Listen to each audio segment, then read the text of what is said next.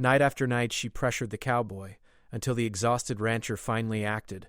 The gunshot echoed across the canyon before Jake Miller even saw the rider.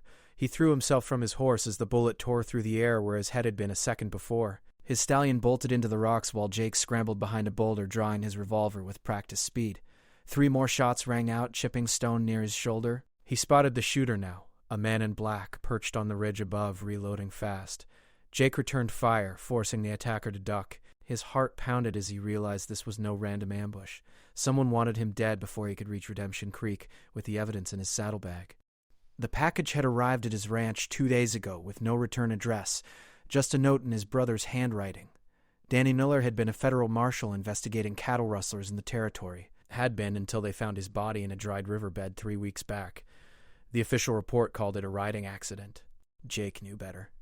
Inside the package were documents proving that Harrison Blake, the wealthiest rancher in 3 counties, was running an operation that stole cattle from small homesteaders and sold them across state lines with forged papers. Danny had gathered testimonies, bills of sale, and witness statements, enough to hang Blake and his entire crew. Jake fired twice more at the ridge, then made a dash for better cover. The shooter was moving, trying to flank him. He had to get to his horse and run, but the animal had disappeared into the maze of red rocks.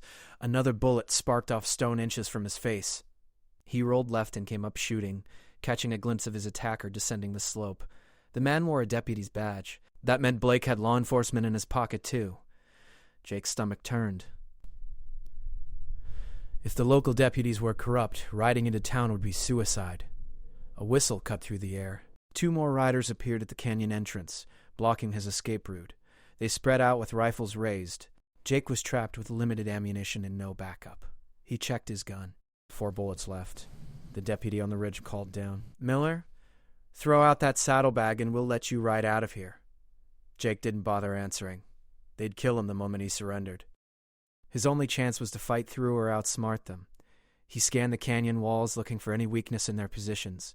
That's when he saw the narrow crevice behind him, barely wide enough for a man. It cut deep into the rock face, possibly leading to another exit. He had seconds to decide. Stay and fight with 4 bullets against 3 armed men, or risk the unknown passage. Another bullet struck near his boots. The decision made itself. Jake squeezed into the crevice, pushing deeper as gunfire erupted behind him. The passage twisted and turned, scraping his shoulders. He couldn't see the end. Only darkness ahead and angry shouts behind. The rock walls pressed tighter. For a terrifying moment, Jake thought he'd gotten stuck, trapped like a rat in a hole. He forced himself forward, ignoring the pain as stone tore his shirt. His fingers found open space ahead. With one final push, he tumbled out onto a ledge overlooking a different canyon. His horse stood below, calmly drinking from a small stream. Jake grinned despite everything. Luck hadn't abandoned him yet. He climbed down the rocky slope, listening for pursuit. The deputies would need time to find another way around. That gave him maybe 10 minutes. Jake swung into the saddle and urged his horse into a gallop. Redemption Creek was a day's ride south, but he couldn't go there now. Blake would have men waiting. He needed allies, people he could trust. There was only one person who fit that description, and she lived on a small horse ranch near the northern border. Katie Walsh had been Danny's fiancée before he died. She was tough, a crack shot, and she deserved to know the truth about what happened to the man she loved. More importantly, she had connections to honest lawmen in the neighboring territory. The sun climbed higher as Jake pushed his horse hard across open country. He kept checking his back trail for dust clouds that would signal riders following. So far, nothing. But Blake's men were professionals. They wouldn't give up easily. By late afternoon, Jake spotted the fence line marking Walsh property. He slowed his exhausted horse to a walk, giving the animal a chance to breathe. The ranch house sat nestled against a hillside, smoke rising from the chimney. Everything looked peaceful. Too peaceful. Jake's instincts screamed warning. He circled wide, approaching from the tree line instead of the main road. Through the pines, he saw 3 horses tied at Katie's porch. None of them belonged to her. Jake dismounted and moved closer on foot, his hand on his gun. Voices carried from inside the house. A man's voice, hard and demanding. Where is he headed? "We know Miller came this way." Katie's reply was steady and cold. "I haven't seen Jake Miller in 6 months." "Get off my property." The sound of furniture breaking made Jake move faster. He crept to the window and peered inside. 3 men surrounded Katie, who stood with a rifle in her hands. One of the intruders, a scarred man with cruel eyes, stepped forward despite the weapon aimed at his chest. "Put that down before you get hurt, sweetheart. Blake wants Miller in the papers. Tell us where he is, and we'll leave you in peace." Katie's finger tightened on the trigger. I said, "Get out." The scarred man lunged. Jake burst through the door, firing twice. The first shot took the lunging attacker in the shoulder, spinning him away from Katie. The second caught another man reaching for his gun. The third intruder dove behind the overturned table, returning fire. Katie didn't hesitate. She swung her rifle and squeezed off a shot that splintered the table edge, making the hidden man curse. Jake kicked over a chair for cover as bullets flew. The wounded man by the wall fumbled for his weapon. Katie's second shot convinced him to stay down. The man behind the table made a break for the back door. Jake let him go, not wanting to shoot a fleeing opponent. The room filled with gun smoke and ringing silence. Katie lowered her rifle, breathing hard, her eyes finding Jake's face. "Danny's papers," she said. Jake nodded. "Everything we need to destroy Blake. But he's got half the county hunting me." Katie glanced at the wounded men on her floor, then back at Jake. "Then we'd better move fast. I know someone who can help, but it's a hard ride from here. We leave in 5 minutes." She didn't ask if he was sure, didn't demand explanations. Katie Walsh was the kind of woman who understood what mattered and acted accordingly. Jake had forgotten how much he admired that about her. As they gathered supplies and weapons, he realized his lonely mission had just become something more dangerous and more hopeful. He wasn't alone anymore. Katie emerged from her bedroom wearing riding gear and carrying saddlebags packed with ammunition and provisions. She'd tied her dark hair back and strapped a knife to her belt alongside a revolver. The woman looked ready for war. "The man we're going to see is called Frank Cooper," Katie said as they hurried to the barn. "He's a retired Texas Ranger living up in the high country. If anyone can get federal marshals here fast enough to matter, it's Frank. But Blake's men know about him too. They'll be watching the trails." Jake helped her saddle a strong mare while keeping his ears tuned for approaching riders. "How far?" 2 days through the mountains if we push hard. There's an old mining trail that'll keep us off the main roads. It's rough going, but Blake's hired guns won't expect us to go that way." Katie swung into her saddle with easy grace. "One problem, though. There's a narrow pass about halfway where we'll be completely exposed for 3 miles. If they catch us there, we're finished." They rode out, heading northeast, keeping to the cover of trees whenever possible. Jake kept Danny's saddlebag secured tightly to his saddle, the evidence inside worth more than gold. Those papers would bring justice for his brother and dozens of other victims. They had to survive long enough to deliver them. The terrain grew rougher as they climbed into the foothills. Pine forests gave way to rocky slopes and steep ravines. Katie led them along paths that barely deserved the name, navigating by memory through country that would lose most travelers forever. She rode with confidence born from years of exploring these mountains.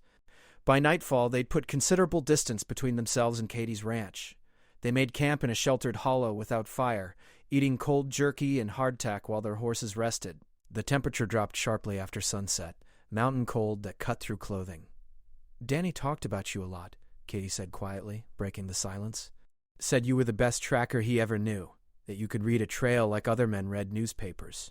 Jake stared at the stars overhead. He was the smart one. "I just knew how to survive in wild country. Danny always wanted to make things right, to stand up for people who couldn't defend themselves. That badge meant everything to him." "It got him killed." Katie's voice held grief and anger in equal measure. "Harrison Blake is poison. He came to this territory 5 years ago with money and ambition, started buying up land, pushing out the small ranchers. Anyone who stood against him ended up ruined or dead. The law couldn't touch him because he owned the sheriff and half the deputies." "Not anymore," Jake said. "Those papers prove everything." "Blake's done." Katie turned to look at him, her face barely visible in the starlight. "If we make it to Frank Cooper alive, Blake won't stop hunting us. He's got too much to lose." They took turns keeping watch through the night. Jake's shift was interrupted twice by distant sounds that might have been riders or might have been wild animals moving through the darkness. He didn't wake Katie, not wanting to alarm her without cause, but his hand never strayed far from his revolver. Dawn came cold and gray, promising rain. They ate quickly and rode on, pushing their horses as hard as they dared. The mining trail Katie mentioned appeared around midday, barely visible among the rocks. It was exactly as she'd described, rough and treacherous, but it led them deeper into the mountains, away from any settlements where Blake's men might be watching. The rain started in the early afternoon, a steady downpour that turned the trail to slippery mud. Their horses struggled for footing on the steep grades. Jake's stallion nearly went down twice, sliding on wet rock before catching its balance. Katie rode ahead, picking the safest route through increasingly difficult terrain. By late afternoon, they reached the narrow pass Katie had warned about.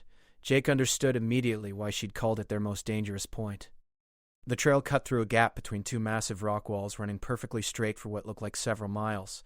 No cover, no alternate routes. Just a killing ground where anyone with rifles on the heights could slaughter them at leisure. We wait until dark, Jake suggested, studying the forbidding passage. Katie shook her head. Can't risk it. The trail's too dangerous in darkness. Horses would break legs on the loose rocks. We have to run it now and pray Blake's men haven't found it yet. Jake didn't like it, but she was right. They couldn't afford delay. Every hour they waited gave Blake more time to position his forces. Then we go fast and don't stop for anything. They urged their tired horses into a gallop, racing into the exposed passage. The sound of hoofbeats echoed off the stone walls, announcing their presence to anyone within miles. Jake's shoulders tensed, expecting the crack of rifle fire at any moment. They covered the first mile without incident. Jake started to hope they'd made it through undetected. Then he heard it, the sound that turned his blood cold. More horses, coming fast from behind. He risked a glance back and saw 5 riders entering the pass, pushing their mounts hard in pursuit. "Company!" Jake shouted to Katie. She looked back, her face grim, then leaned forward and asked her mare for more speed. The game horse responded gallantly despite its exhaustion. Jake's stallion matched pace, but their pursuers were on fresh mounts. The gap was closing. Gunfire cracked behind them. Bullets whined off the rock walls. Jake drew his revolver and twisted in the saddle, firing back to discourage close pursuit. His shots went wide, but they made the lead rider slow down. The others spread out, trying to get clear firing angles. A bullet struck stone near Katie's horse. The mare shied but didn't break stride. Katie's horsemanship kept them moving at full gallop despite the frightened animal. Jake fired again, this time hitting one of the pursuing horses. The animal stumbled and went down, throwing its rider hard. 4 hunters remained. The end of the pass appeared ahead, maybe a quarter-mile distant. If they could reach the cover of rocks and trees beyond, they'd have a fighting chance.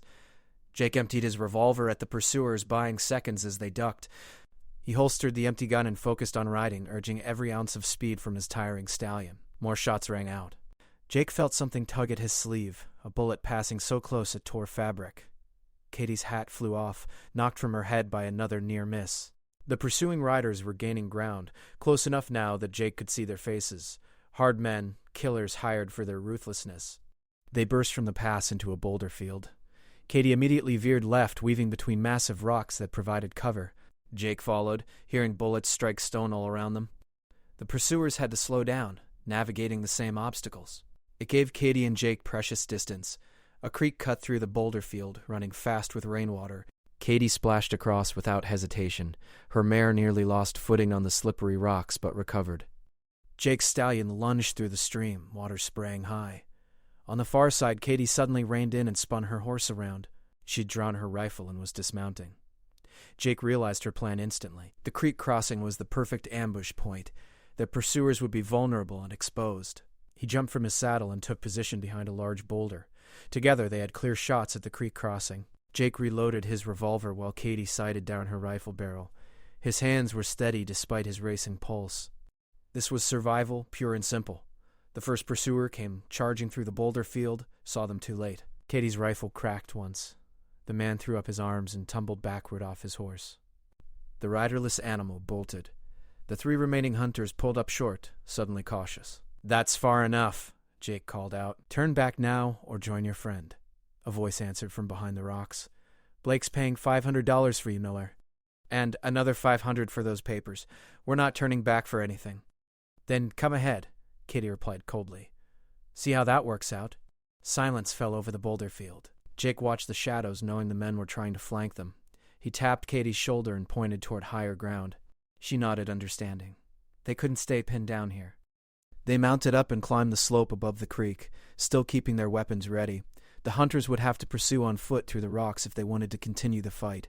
That terrain advantage belonged to Jake and Katie now. But as they crested the rise, Jake saw their real problem. More riders were approaching from the east, at least 8 men.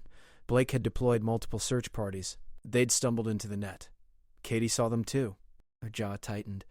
"We can't fight that many." "No," Jake agreed. "But maybe we can lose them." He pointed to the north where storm clouds were gathering over the highest peaks. That's the high country. If we can reach the tree line before they surround us, we might disappear into the wilderness. Blake's hired guns won't want to chase us into those mountains. Too easy to get lost or caught by weather. It was a desperate gamble.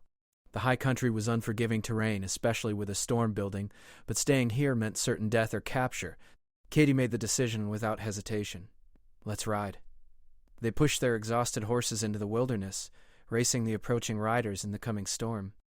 Behind them, angry shouts rose as the hunters realized their quarry was escaping. The chase was on again, but now Jake and Katie had the advantage of knowing where they were going and why. Every mile they gained brought them closer to Frank Cooper and justice for the dead. The terrain grew steeper and more rugged as they climbed toward the tree line. Massive pines towered overhead, their branches cutting the fading daylight into fragments. Jake's stallion was breathing hard, foam flecking its neck. Katie's mare wasn't in much better shape. They couldn't maintain this pace much longer. Thunder rumbled in the distance. The storm was moving faster than expected, dark clouds boiling over the peaks.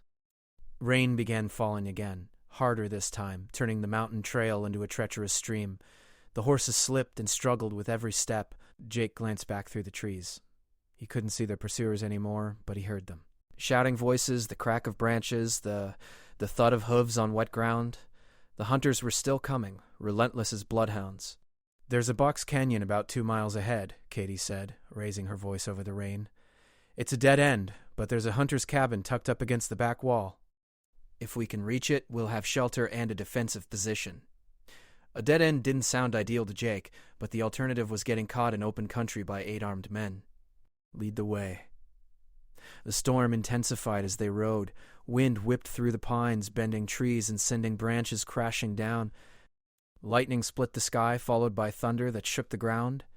Jake's horse shied nervously, but he kept the animal moving forward. They found the canyon entrance just as the storm reached its full fury. Rain fell in sheets, visibility dropping to almost nothing. Katie led them along the narrow canyon floor, navigating more by memory than sight. The walls rose high on either side, trapping them in a corridor of stone. The cabin appeared suddenly, a rough structure built from logs and chinked with mud. It looked abandoned, but solid. Katie dismounted and pushed open the door while Jake led their horses under a crude lean-to shelter attached to the side of the building. Inside, the cabin was small but dry. A stone fireplace dominated one wall. Rough furniture filled the single room. The windows were just narrow slots, perfect for defense. Jake secured the door while Katie checked the chimney to make sure it wasn't blocked. "We can't risk a fire," Jake said. "The smoke would give us away." Katie nodded, wringing water from her hair. "Those men will be looking for shelter too. They might find this place. Then we make them regret it." Jake positioned himself at one of the windows, watching the canyon entrance. Through the driving rain, he could barely see 20 feet. Anyone approaching would have the same problem. They waited in tense silence, listening to the storm rage outside. Minutes stretched into an hour. Jake's muscles ached from days of hard riding and constant tension.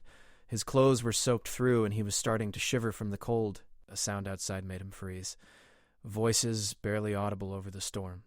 Someone was approaching the cabin. Jake raised his revolver, thumbing back the hammer. Katie took position at the other window with her rifle ready.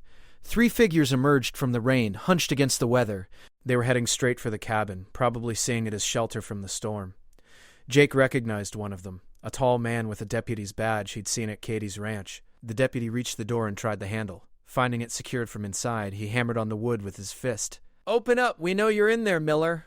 Jake said nothing. "Let them wonder. Let them make the first move." "We've got you trapped," the deputy continued. "That canyon only has one way out, and we've got men watching it. You can't escape. Give us the papers and we'll let the woman go free." Katie snorted quietly at that obvious lie. Jake kept his weapon trained on the door, waiting. The deputy conferred with his companions in low voices. Jake couldn't make out the words over the storm, but he understood the intent when one of the men circled toward the side of the cabin. The man was trying to reach the window where Katie stood watch. She saw him coming and shifted position, keeping her rifle aimed at his center mass. When he got close enough to peer inside, she pulled the trigger. The shot was deafening in the small space. The man outside screamed and fell back, clutching his leg. All pretense of negotiation ended. The other 2 men opened fire on the cabin, bullets punching through the wooden walls. Jake dropped flat as splinters exploded around him. Katie rolled away from the window, pressed against the base of the wall where the thick logs offered better protection. The gunfire was intense but poorly aimed. The attackers were shooting blind, hoping to get lucky. Jake waited for a pause, then rose and fired through the window at the muzzle flashes. He heard a grunt of pain, followed by cursing. One of his shots had connected. The deputy and his remaining partner retreated into the rain, dragging their wounded companion. Jake reloaded quickly, fingers working by feel. They had maybe 5 minutes before the men regrouped or called for reinforcements. "We need to move," Katie said, reading his thoughts. "If the rest of Blake's men show up, we're finished." Jake moved to the back of the cabin, examining the rear wall. It was solid logs with no door or window. "Any way out of this canyon besides the entrance?" Katie shook her head. "Not on horseback. There's a steep trail that climbs the north wall, but it's barely wide enough for a person on foot. We'd have to abandon the horses." Jake hated that idea. On foot in this country, they'd be vulnerable, but staying trapped in the cabin was suicide. "Show me this trail." They slipped out through the rear window, leaving the door barred to make their pursuers think they were still inside. The horses whinnied softly as they passed. Jake wished he could take them, but Katie was right. The trail she pointed to was little more than a crack in the canyon wall, a series of natural ledges climbing up through the rock. The storm provided cover for their escape. Rain and darkness concealed their movement as they began the treacherous climb. The rock was slick, footholds uncertain. Jake's boots slipped repeatedly, and only his grip on small outcrops kept him from falling. Katie climbed ahead, moving with the confidence of someone who'd done this before. Below, Jake heard shouts as more of Blake's men arrived at the cabin. They were surrounding it, preparing for a final assault. The discovery that their quarry had fled would come soon. Jake climbed faster, ignoring the burning in his muscles. They were halfway up the cliff face when gunfire erupted below. The attackers had broken into the empty cabin. Angry voices rose, followed by the sounds of a search. Someone spotted the rear window standing open. "They went up the wall," a man yelled. "Get lights! Find them!" Jake and Katie were still 50 feet from the canyon rim, completely exposed on the cliff face. If Blake's men brought torches or lanterns, they'd be easy targets. Jake's heart hammered as he stretched for the next handhold, pulling himself up with desperate strength. A gunshot cracked and rock chips sprayed near his head. They'd been spotted. More shots followed, some coming terrifyingly close.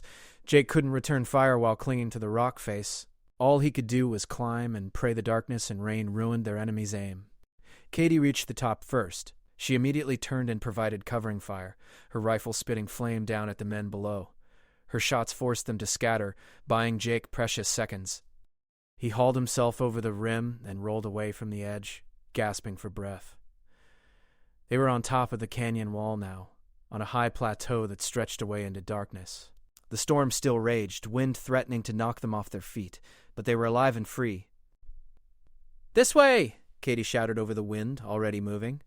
"Frank Cooper's place is 5 miles north across this plateau. If we can reach it before dawn, we're safe." They ran through the darkness, stumbling over unseen obstacles, driven by fear and determination. Behind them, the sounds of pursuit gradually faded. Blake's men would have to find another way up the canyon wall, and that would take time.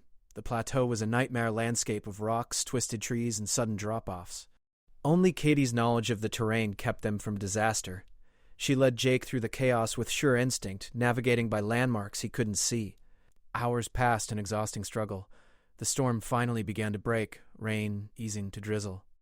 The sky lightened gradually from black to gray. Jake's entire body ached, and he was close to collapse. Katie looked equally exhausted, but she kept moving with grim determination. As dawn broke fully, Jake saw their destination. A log structure built into the side of a rocky hill, smoke rising from its chimney. Corrals held several horses, and a large dog barked at their approach. Frank Cooper's ranch exactly where Katie had promised it would be. The door opened before they reached it. A man stepped out, tall and lean with silver hair and a weathered face. He wore a revolver on his hip and held a rifle casually in his hands. His eyes, sharp and intelligent, took in their bedraggled appearance in an instant. "Katie Walsh," he said in a gravelly voice, "you look like you've been through hell."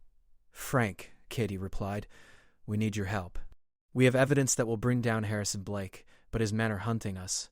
Frank Cooper's expression hardened at Blake's name. "That snake has needed killing for a long time." "Come inside, both of you. Tell me everything." They entered the warm cabin gratefully. Frank poured coffee while they explained the situation, showing him Danny Miller's papers. The old ranger studied each document carefully, his face growing grimmer as he read. "This is solid evidence," Frank said finally. "Federal marshals will move fast once they see this. The problem is getting it to them before Blake kills you both." He set down the papers and fixed them with a penetrating stare. "Blake has maybe 30 men working for him, and he controls the local law. You've made powerful enemies." "Can you get word to the federal marshals?" Jake asked. Frank nodded slowly. "I can do better than that. There's a federal judge passing through Silver Point, about 40 miles west of here. Judge Marcus Brennan, honest as they come. If we can get these papers to him, he'll issue warrants immediately and bring in federal agents to arrest Blake and his entire operation." 40 miles through territory crawling with Blake's hired guns, Katie said. "That's a hard journey." "It is," Frank agreed. "But I know trails they don't. We can reach Silver Point in 2 days if we move smart." He stood and began gathering supplies. "We leave in 1 hour. Get some rest while you can." Jake wanted to collapse and sleep for a week, but he forced himself to stay awake. Too much was at stake. He helped Frank prepare horses and supplies for the journey while Katie caught a brief nap. The old ranger moved with efficiency born from years of dangerous work. "Danny Miller was a good man," Frank said quietly as they loaded saddlebags. "I worked with him a few times when he was tracking rustlers. He deserved better than what Blake gave him." "That's why we're doing this," Jake replied. "Danny died trying to stop Blake. We're going to finish what he started." Frank nodded approvingly. "Blake won't give up easy. He'll throw everything he has at stopping us. Are you ready for that kind of fight?" Jake thought about his brother's body in the ground, about all the innocent ranchers Blake had destroyed, about the corrupt system that let evil men prosper. "I'm ready." They woke Katie after an hour. She looked somewhat restored, though still exhausted. Frank laid out his plan over a quick meal. They would take a route through the high country that avoided main trails and settlements. It would be harder travel, but much safer. The three of them rode out as the sun climbed higher. Frank led them north along ridgelines that offered good views of the surrounding country. They could spot potential threats from a distance and avoid them. The first day passed without incident. Frank's knowledge of the terrain was remarkable. He navigated through wilderness that would have lost most travelers, always keeping them on routes with good cover and escape options. They made camp that night in a small valley with a clear spring, rotating guard shifts to watch for pursuit. The second day brought trouble. They were crossing an open meadow when Frank suddenly reined in his horse. He pointed to the south where dust rose against the sky, the telltale sign of many riders moving fast. "Blake's men," Katie said grimly. "They found our trail somehow." Frank studied the approaching dust cloud, calculating distances and times. "We can't outrun them to Silver Point. They'll catch us before we reach town." He turned in his saddle, scanning the landscape with experienced eyes. "There's another option. Cutter's Pass is 3 miles east. It's a narrow defile through solid rock, very defensible. If we can reach it first, we can hold them off." "How many can we expect?" Jake asked. "That dust cloud suggests at least 20 riders, maybe more." Blake must have called in every gun he could hire. Frank urged his horse into a gallop. "Move fast!" They raced toward the pass, their horses laboring after days of hard use. Jake kept glancing back at the pursuing dust cloud. It was getting closer. Blake's men were on fresh mounts and gaining ground steadily. Cutter's Pass appeared ahead, a slash through a ridge of dark rock. Frank led them into the narrow passage at full gallop. The walls rose high on either side, channeling them into a corridor barely wide enough for 2 horses abreast. A quarter mile into the pass, Frank halted and dismounted. "This is our stand. The passage narrows even more up ahead. They'll have to come at us in single file through that gap. We can hold them here." They positioned themselves behind natural rock formations that provided excellent cover. Jake and Katie took one side while Frank covered the other. They had good overlapping fields of fire and protection from return shots. It was as strong a defensive position as they could hope for. The wait was agonizing. Jake could hear the approaching riders now, the thunder of hooves echoing off stone walls. He checked his weapons one more time. His revolver was loaded and ready. He had spare ammunition in his belt. The first attackers appeared at the far end of the pass, silhouetted against the bright sky beyond. They spotted the defenders and opened fire immediately. Bullets whined off rocks as Jake and his companions returned fire with careful aimed shots. The narrow confines of the pass nullified the attackers' numerical advantage. They couldn't spread out or flank the defenders? They could only come straight ahead through the killing ground, and Frank, Katie, and Jake made them pay for every foot. The battle settled into a deadly rhythm. Attackers would charge forward, firing wildly. The defenders would cut them down with precise shots. The wounded and dead piled up, creating obstacles that slowed subsequent charges. The pass filled with gun smoke and the screams of injured horses and men. Jake lost track of time. His world narrowed to aiming, firing, reloading, and firing again. His hands moved automatically, muscle memory from years of practice. Beside him, Katie fought with cold efficiency, every shot carefully placed. Frank proved why he'd earned his reputation as a ranger. His rifle never seemed to miss. But they were taking damage, too. A bullet grazed Frank's shoulder, leaving a bloody furrow. Another struck the rock near Katie's head, showering her with splinters. Jake felt something tug at his leg and looked down to see his pants torn by a near miss. The attackers fell back, regrouping beyond rifle range. Jake used the lull to reload completely and gulp water from his canteen. His mouth was dry as dust from biting cartridges. His ears rang from the constant gunfire. "They're learning," Frank observed. "Next charge will be more organized. They'll try to pin us down with covering fire while others advance." He was right. When the attack resumed, half the riders stayed back and poured sustained fire at the defensive position while the others charged forward. The volume of incoming bullets forced Jake and his companions to keep their heads down. "They're getting through!" Katie shouted. Jake risked a look and saw 3 riders breaking past their position, having used the covering fire to slip through the gap. They were racing deeper into the pass, probably trying to circle around and attack from behind. "I'll stop them!" Jake yelled. He left his covered position and ran after the riders, keeping low. The passage ahead twisted sharply. He had to reach that turn before the attackers did. He made it with seconds to spare. As the first rider came around the bend, Jake stepped out and fired point blank. The man tumbled from his saddle. The second rider tried to turn his horse in the narrow space and got tangled up. Jake's bullet ended the struggle. The third rider saw what was happening and wheeled his mount, retreating back toward the main battle. Jake returned to find Frank and Katie still holding the primary position. The covering fire had slackened. Bodies of men and horses littered the killing ground. Blake's forces were suffering terrible casualties for no gain. Another lull in the fighting allowed Jake to check his ammunition. He was running low, down to maybe a dozen rounds. Katie wasn't much better off. Only Frank seemed to have plenty of bullets, the result of carrying multiple weapons and extra supplies.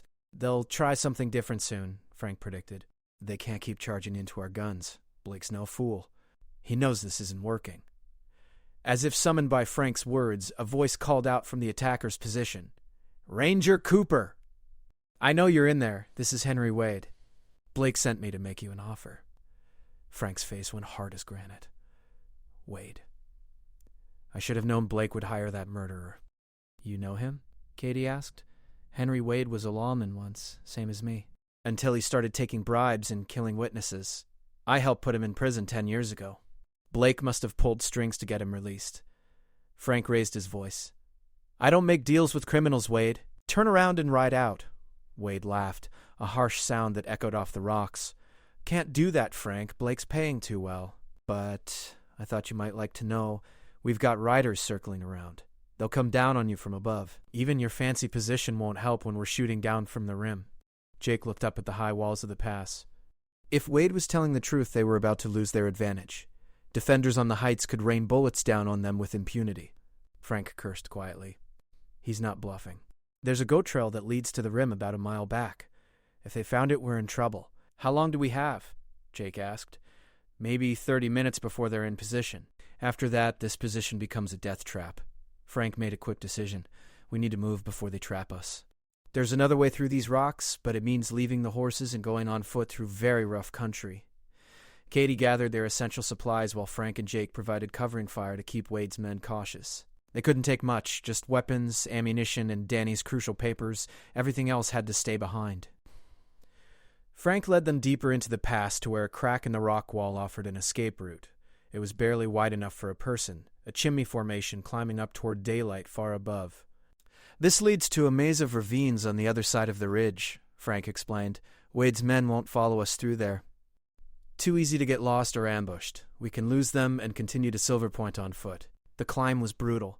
Jake's already exhausted muscles screamed protest as he wedged himself between rock walls and inched upward. Katie struggled ahead of him, refusing to quit despite her obvious exhaustion. Frank brought up the rear, watching for pursuit.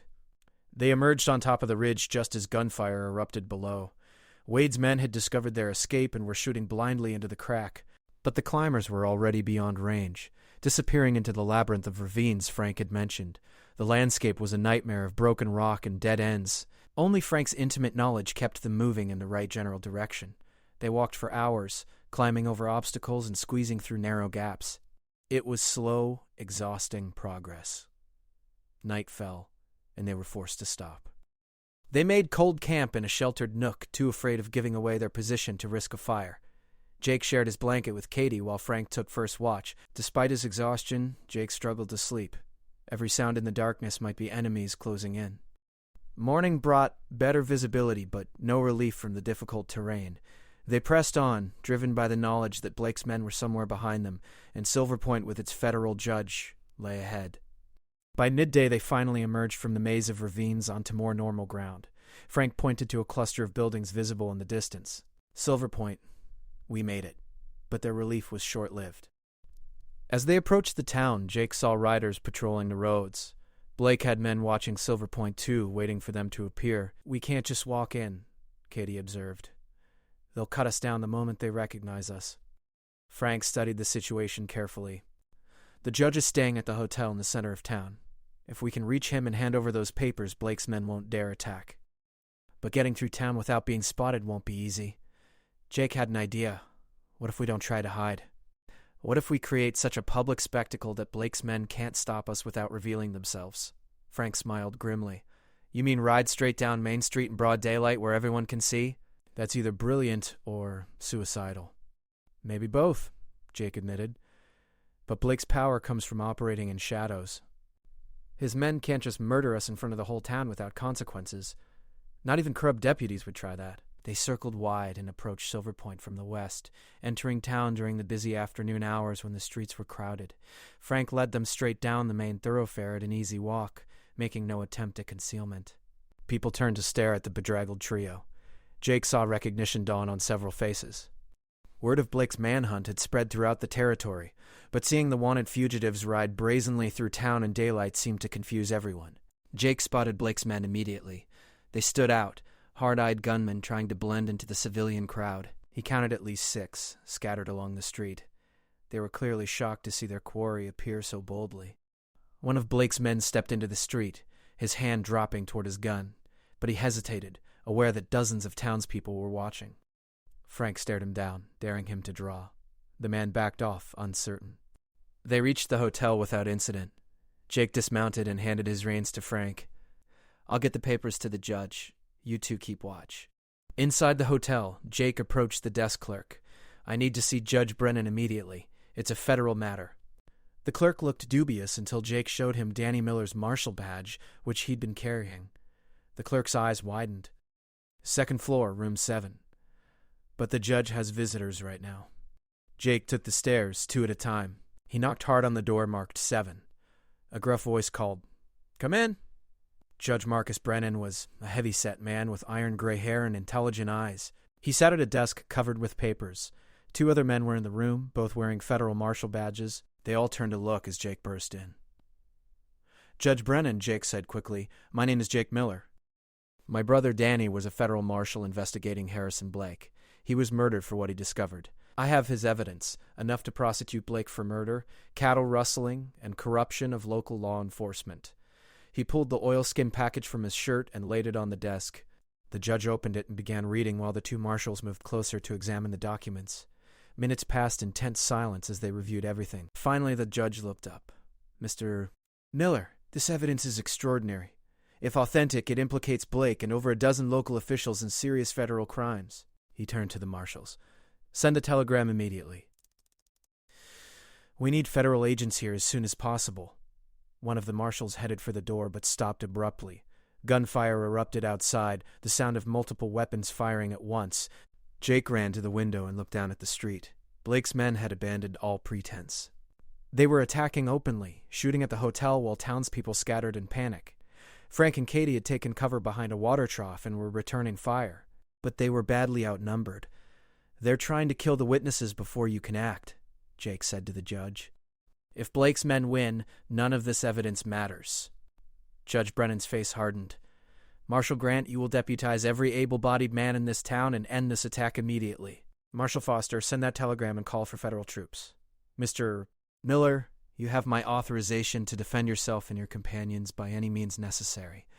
Jake didn't need to be told twice. He drew his revolver and headed back downstairs. The hotel lobby was in chaos, people hiding behind furniture as bullets crashed through windows. Jake moved carefully to the front door, assessing the situation. Blake had at least 15 men in town, and they'd turned Silver Point's Main Street into a war zone. They were advancing on the hotel in a coordinated attack, using covering fire to suppress defenders. Frank and Katie were pinned down, unable to retreat. Jake stepped out onto the hotel porch and opened fire, targeting the attackers closest to his friends. His first shots dropped 2 men, creating a gap in Blake's line. Katie seized the opportunity, running for better cover while Frank provided supporting fire. Marshal Grant emerged from the hotel with a shotgun. He began recruiting townspeople, handing out weapons to anyone willing to fight. Within minutes, Blake's numerical advantage began to erode as angry citizens joined the battle. They'd lived under Blake's thumb for years, and they'd had enough. The tide turned quickly after that. Blake's hired guns were tough, but they weren't prepared to face an entire town in open combat. They began retreating, firing as they went. Several threw down their weapons and surrendered when they realized the fight was lost. 20 minutes after it started, the battle was over. Bodies littered the street, both attackers and unfortunate civilians caught in the crossfire. The cost had been high, but Blake's grip on the territory was broken. Frank limped over to Jake, bleeding from a fresh wound in his thigh. That was the craziest thing I've ever seen, riding straight into town like that. It worked, though, Katie said. She had a cut on her forehead, but was otherwise unhurt. We got the papers to the judge. Judge Brennan emerged from the hotel, flanked by his marshals. Mr. Miller, Miss Walsh, Ranger Cooper. The territorial governor will send federal troops within the week. Harrison Blake and everyone involved in this conspiracy will be arrested and prosecuted. You have my word. Over the following days, Jake watched as the judge's promise became reality. Federal marshals swept through the territory, arresting Blake and dozens of his associates. The corrupt sheriff and his deputies were removed from office. Danny Miller's murder and the deaths of numerous others were finally getting justice. Katie stood beside Jake on the day they arrested Harrison Blake. The rancher looked diminished without his power, just another criminal in handcuffs. He glared at Jake with pure hatred as marshals led him away. Danny would be proud of you, Katie said quietly. You finished what he started. Jake nodded, feeling the weight of exhaustion finally catching up to him. We all did. Frank, you, me. Blake thought he could kill anyone who opposed him, but he was wrong.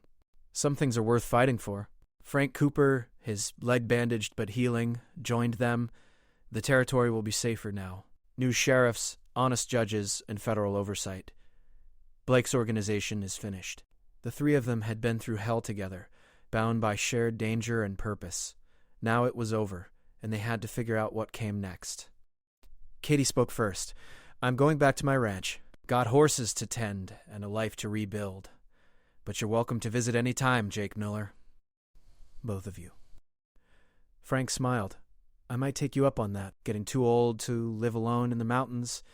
Jake thought about his own ranch, abandoned for weeks while he'd pursued justice. It would take work to get things running again, but he'd have help. Katie had made that clear, and Frank seemed willing to stick around. Maybe something good could come from all this tragedy. They parted ways at the edge of Silver Point, each heading toward their own future. Jake rode south toward home, Danny's badge in his pocket and hope in his heart. The fight had been hard, but they'd won. Justice had prevailed. The sun was setting as Jake reached his ranch. The buildings looked weathered but standing. He'd have to repair fences, check the cattle, and restore order to his life. It would take time, but he had plenty of that now. He dismounted and led his exhausted horse to the barn. As he removed the saddle, he noticed something tucked into the saddlebag, a note in Katie's handwriting. Don't be a stranger. Some of us would like to see you again soon. Jake smiled for what felt like the first time in weeks. Maybe rebuilding wouldn't be so lonely after all. He had allies now, friends who'd stood beside him in the worst of times. That was worth more than gold. He walked to the house, unlocked the door, and stepped inside. It felt good to be home. Tomorrow he'd start putting things right. Tonight, he'd rest and remember his brother. Danny's death hadn't been in vain. The evidence he'd gathered had brought down a criminal empire and freed the territory from Blake's corruption. Jake poured himself a drink and raised the glass in silent toast. To Danny Miller, federal marshal and hero. To Katie Walsh and Frank Cooper, who'd risked everything to see justice done. And to all the innocent people who'd suffered under Harrison Blake's reign of terror. Their fight was over. Peace had finally come to the territory, bought with courage and blood and determination. The stars came out over the ranch, beautiful and eternal.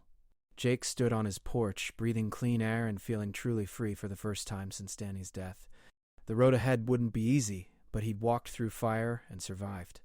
Whatever challenges came next, he'd face them with the same stubborn resolve that had carried him through the darkest days. The adventure was over, but life was just beginning again. And that was enough.